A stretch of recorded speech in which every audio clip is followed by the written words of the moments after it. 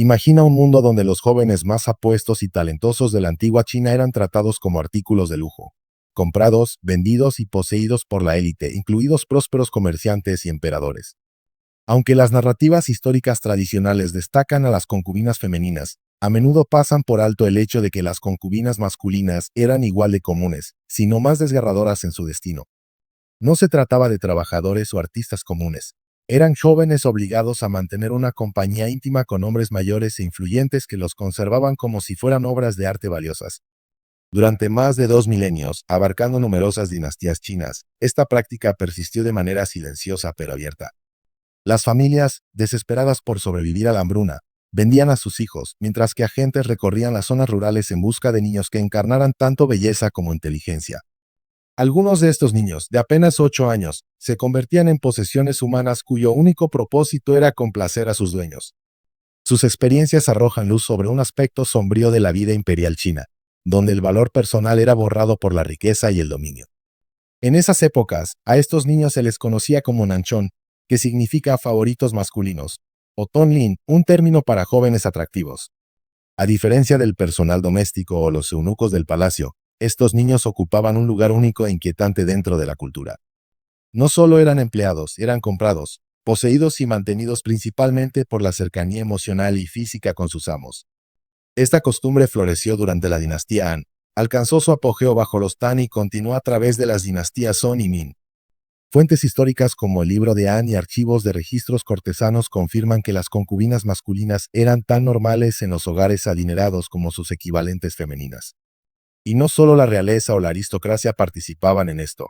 Comerciantes ricos, altos funcionarios e incluso varios miembros del clero budista también mantenían concubinos masculinos. La institución del concubinato se había vuelto tan profundamente aceptada que las familias promovían públicamente la disponibilidad de sus hijos, mientras que los casamenteros profesionales construían carreras enteras en torno a esta práctica. En contraste con las concubinas femeninas, quienes eventualmente podían alcanzar cierto grado de libertad a través del matrimonio o la maternidad, los concubinos masculinos no tenían tales vías de escape. Se esperaba que estos niños se volvieran expertos en poesía, caligrafía, música y conversación refinada. A menudo recibían una educación más avanzada que la mayoría de las concubinas femeninas, ya que sus dueños valoraban tanto el compromiso intelectual como el atractivo físico. Muchos eran capaces de citar textos clásicos, tocar varios instrumentos y participar en diálogos filosóficos profundos. Sin embargo, este aprendizaje solo aumentaba su valor como posesiones. La práctica no se limitaba a una sola región, se extendía por un área amplia. Aunque ciudades como Pekín y otros centros imperiales tenían las poblaciones más densas de concubinos masculinos, los hogares adinerados en regiones como Jiangsu, Zhejiang y Guangdong también participaban.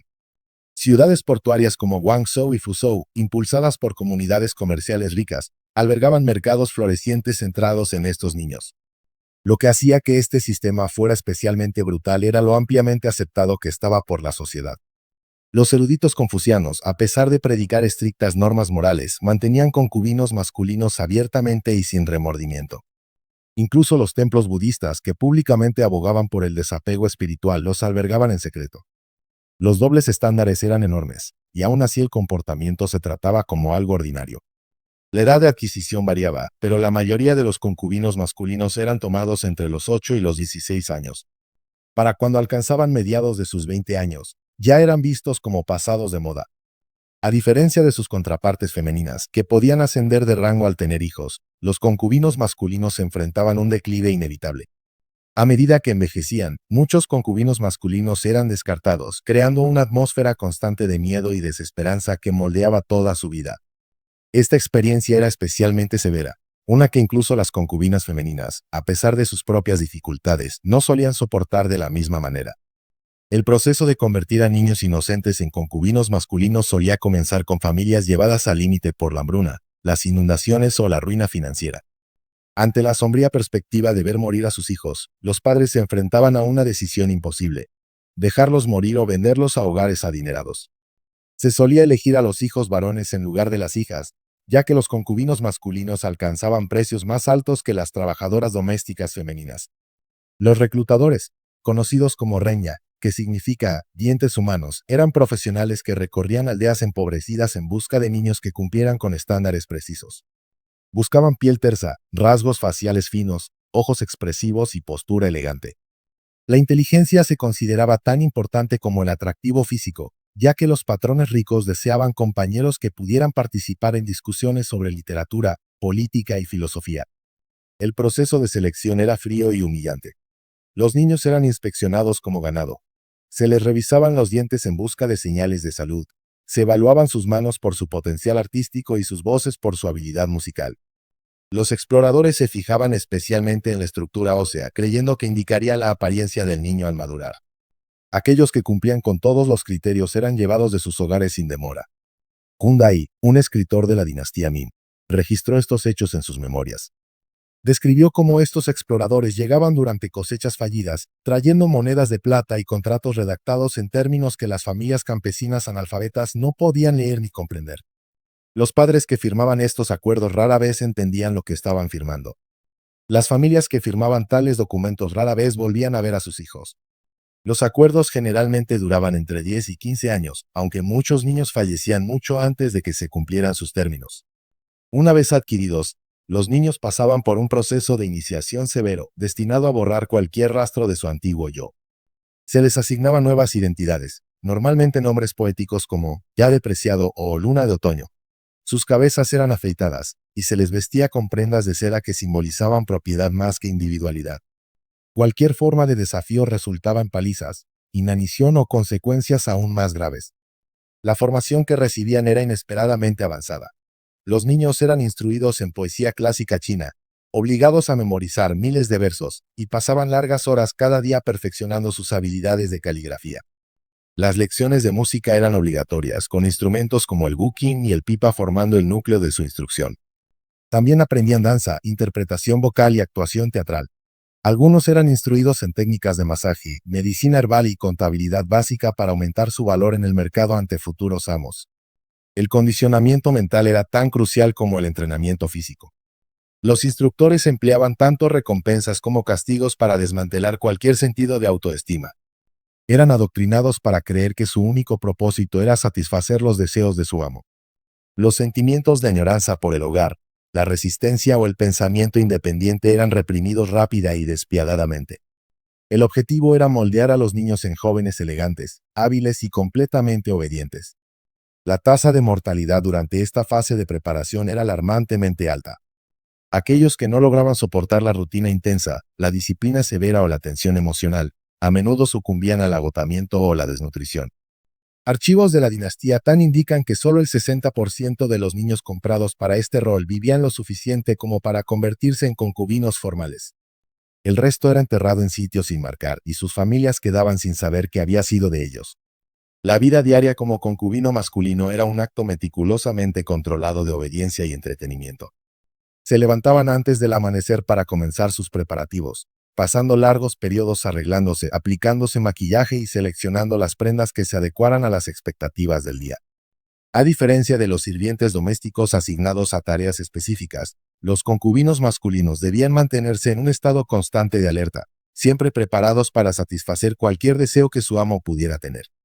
Sus aposentos personales reflejaban esta jerarquía incierta, más privilegiados que los de los sirvientes comunes, pero claramente por debajo del estatus de. Al igual que las esposas de sus amos, los concubinos masculinos eran mantenidos en cámaras elegantemente decoradas que funcionaban más como prisiones ornamentadas. Sus ventanas a menudo estaban aseguradas con barrotes, las puertas cerradas con llave desde el exterior, y cada movimiento era vigilado de cerca por asistentes leales del hogar. Ninguna cantidad de prendas de seda, joyas de jade o mobiliario lujoso podía ocultar la realidad. Eran prisioneros. La rivalidad entre concubinos masculinos que vivían bajo el mismo techo era intensa e incluso podía volverse letal. A menudo sus amos se deleitaban al provocar estas tensiones, ofreciendo recompensas al intérprete más divertido o talentoso, mientras emitían amenazas o castigos a quienes no lograban complacer. Esto fomentaba un entorno tóxico donde reinaba el miedo. Los vínculos eran peligrosos y la confianza, una rareza. La jerarquía interna era terriblemente intrincada. Los concubinos veteranos, aquellos que habían logrado soportar años en la casa, con frecuencia ganaban dominio sobre los más nuevos. En lugar de mostrar compasión, a menudo adoptaban el rol de supervisores severos. Habían llegado a creer que cualquier forma de solidaridad era una debilidad, y la debilidad inevitablemente conducía a la expulsión o algo peor. Los concubinos recién llegados eran sometidos a iniciaciones brutales. Estas incluían la negación de alimento, humillaciones públicas e incluso abusos físicos, todo con la aprobación tácita de la estructura de poder establecida en el hogar. Sus rutinas diarias estaban dictadas completamente por las preferencias personales y las obligaciones sociales del amo. Las mañanas podían estar llenas de recitales de poesía, práctica de caligrafía o ensayos musicales. Las tardes podían implicar ofrecer masajes, participar en conversaciones estimulantes o acompañar al amo a reuniones de élite, donde se esperaba que entretuvieran a los invitados como artistas entrenados. El daño emocional y psicológico era profundo. Muchos experimentaban lo que hoy diagnosticaríamos como ansiedad severa, depresión clínica y comportamientos inducidos por traumas. Se volvían extremadamente sensibles a los estados de ánimo de su amo, aprendiendo a cambiar su actitud en un instante para evitar reprimendas. Algunos evolucionaban en manipuladores estratégicos, utilizando el ingenio, el encanto y el intelecto para asegurar privilegios momentáneos o seguridad. Incluso la comida se usaba como método de control. El tipo y la cantidad de alimento que recibía un concubino dependía por completo de cuán satisfecho estuviera el amo con su comportamiento. Aquellos que estaban en gracia eran agasajados con platos ricos y vino fino, mientras que los que habían caído en desgracia sobrevivían con arroz blanco y vegetales hervidos. Mantener una forma corporal ideal era vital, ya que el atractivo físico influía directamente en su estatus y tratamiento. Las interacciones con las mujeres del hogar, tanto esposas como concubinas femeninas, eran igualmente complejas. En ocasiones, formaban alianzas frágiles en desafío a amos abusivos, compartiendo secretos y ofreciendo consuelo emocional. Sin embargo, con mayor frecuencia se enfrentaban como rivales, compitiendo por atención, poder y supervivencia dentro de la misma jaula dorada. La competencia por recursos y afecto dentro del hogar era feroz. Las concubinas femeninas a menudo albergaban resentimiento hacia sus contrapartes masculinas, quienes recibían una educación superior y una atención más íntima por parte de su amo compartido. La atención médica era escasa, y lo poco que existía era frecuentemente peligroso. Enfermarse significaba volverse temporalmente inútil, y los amos eran notoriamente intolerantes con los concubinos enfermos. La medicina tradicional china disponible en ese tiempo ofrecía solo remedios limitados, lo que significaba que incluso enfermedades simples podían resultar mortales en ausencia de un tratamiento adecuado. Las lesiones sufridas por golpizas o accidentes generalmente se trataban en secreto, ya que revelar tales heridas podría disminuir su valor percibido. Raras veces surgían conexiones humanas reales entre concubinos que habían soportado el sistema juntos durante años. Estos lazos, formados por desesperación y mantenidos en secreto, eran a veces la única forma de consuelo emocional en vidas por lo demás carentes de amor.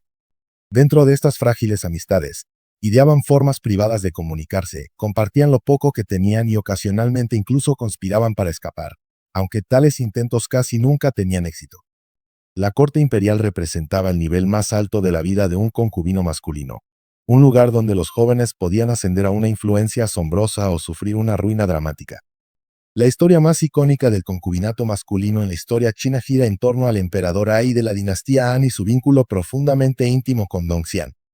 Esta relación fue tan profunda que dio origen a la frase manga cortada, que se convirtió en un símbolo duradero del amor masculino en la tradición literaria china. Dongxian entró al palacio con tan solo 17 años, hijo de un funcionario de bajo rango. Su deslumbrante apariencia cautivó de inmediato al emperador Ai durante una asamblea ordinaria de la corte.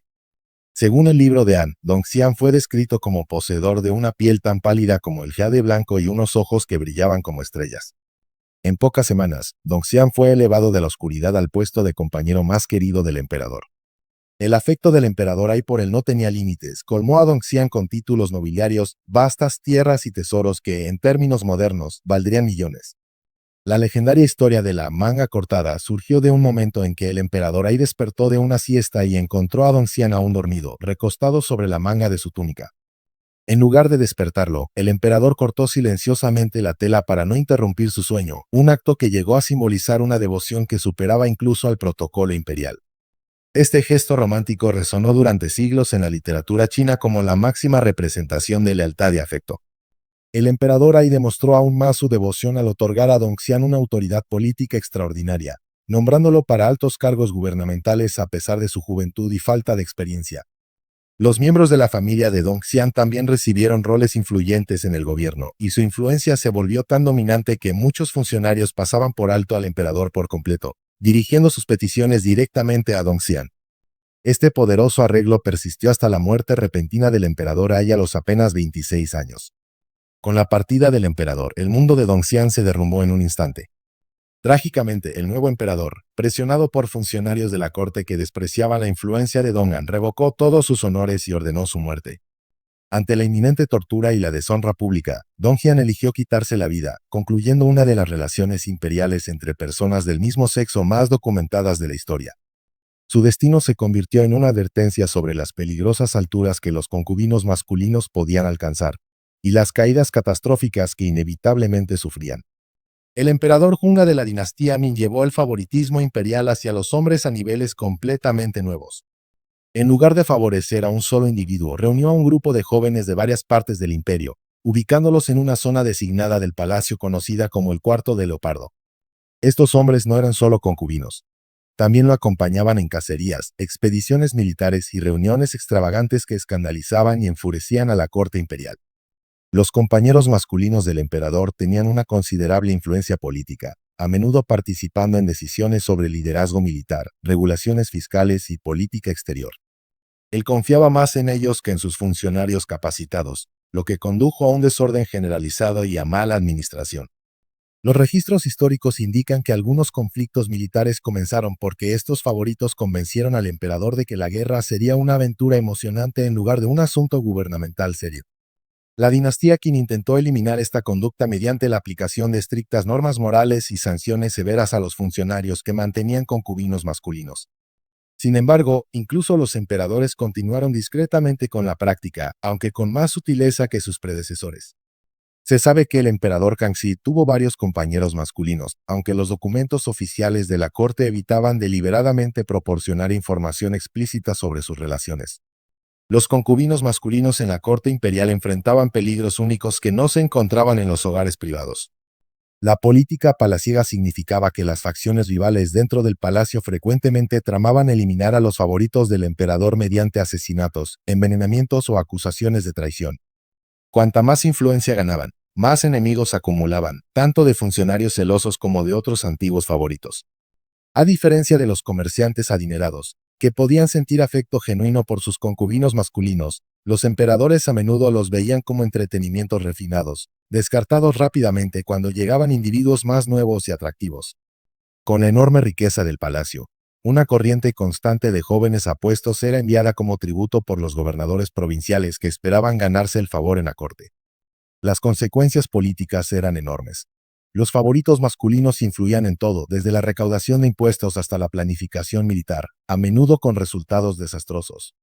La caída de la dinastía Tang se atribuyó en parte a la obsesión del emperador Xuanzong con sus numerosos compañeros masculinos y femeninos, que desviaban su atención del buen gobierno.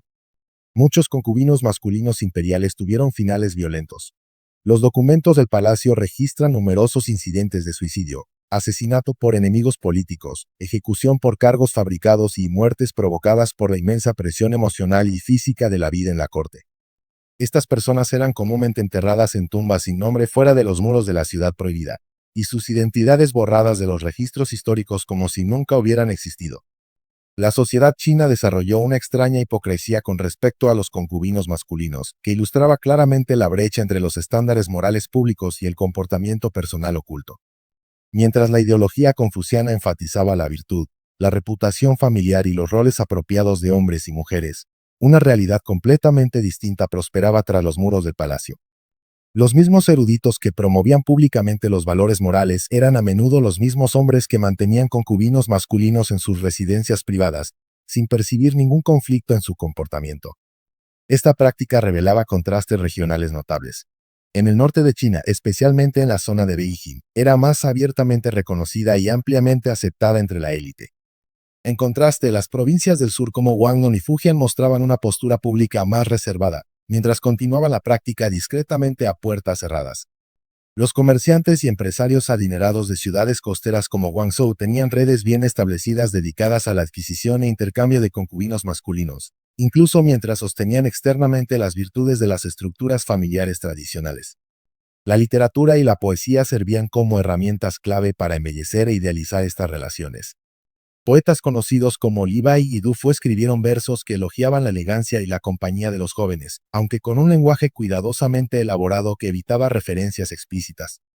Estas obras circulaban ampliamente, convirtiéndose en parte de la cultura y ayudando a legitimar la presencia de concubinos masculinos, incluso mientras la sociedad en general rechazaba oficialmente la práctica. Las dificultades económicas eran una fuerza poderosa detrás de esta duplicidad generalizada. Las familias que vendían a sus hijos para convertirlos en concubinos a menudo lo hacían para poder costear matrimonios respetables para sus hijas. Se veía como un sacrificio desafortunado pero necesario para asegurar la supervivencia del hogar. La lógica era brutal. Sacrificar el bienestar de un hijo podía preservar la vida del resto. Los niños, especialmente los varones, se reducían a activos cuyo valor podía medirse y comercializarse. Las instituciones religiosas añadían otra capa de contradicción moral. Los templos budistas y taoístas, que enseñaban el desapego de los deseos terrenales, con frecuencia ocultaban concubinos masculinos dentro de sus muros. A los donantes adinerados se les permitía mantener a estos jóvenes en los aposentos del templo, y algunos monjes incluso tenían jóvenes favoritos. Defendían estas relaciones con argumentos teológicos complejos, enmarcándolas como mentorías espirituales o purificaciones emocionales que se alineaban con las enseñanzas religiosas. Las divisiones de clase social en este sistema eran marcadas y despiadadas. Las familias empobrecidas, enfrentando la hambruna, podían vender a sus hijos para sobrevivir. Pero los hogares adinerados nunca sometían a sus propios hijos a tales destinos. Esto establecía una jerarquía en la cual los privilegiados explotaban literalmente la desesperación de los pobres, tratando la pobreza como un suministro inagotable de cuerpos para su entretenimiento y gratificación.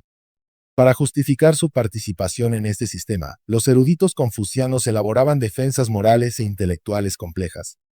Alegaban que los concubinos masculinos ofrecían compañía mental que faltaba en las esposas, quienes a menudo eran privadas de educación formal. Argumentaban que estas conexiones eran más sinceras espiritualmente que el matrimonio, ya que no estaban impulsadas por obligaciones familiares ni por las complejidades de la herencia. Algunos incluso insistían en que evitar el matrimonio prevenía embarazos no planeados que podrían alterar la línea familiar. El papel del Estado era igualmente contradictorio. Las leyes oficiales técnicamente prohibían partes del sistema de concubinato masculino, pero en la práctica la aplicación era inconsistente y a menudo corrupta. Figuras del gobierno que predicaban la virtud y la reforma en público con frecuencia mantenían jóvenes acompañantes masculinos en privado. Como resultado, el sistema legal se convirtió en una herramienta no de justicia, sino de política, utilizada selectivamente para atacar a rivales mientras hacía la vista gorda ante el abuso generalizado. Proteger a las víctimas era casi imposible, ya que la destrucción física y emocional que sufrían los concubinos masculinos era deliberada y a menudo irreversible. A diferencia de las concubinas femeninas, que eventualmente podían alcanzar cierto grado de independencia al convertirse en madres o viudas, los concubinos masculinos se enfrentaban a un camino descendente constante que comenzaba al ingresar al hogar de su amo y continuaba sin piedad hasta su muerte. El envejecimiento era especialmente cruel para los concubinos masculinos, ya que todo su valor dependía de su apariencia juvenil. Para cuando alcanzaban los 20 años, muchos ya mostraban signos tempranos de envejecimiento causados por el estrés, la mala alimentación y las exigencias constantes de mantener una imagen ideal. Dedicaban incontables horas cada día a aplicarse maquillaje, arreglarse el cabello y someterse a dolorosos tratamientos de belleza que a menudo dañaban su piel y afectaban su salud.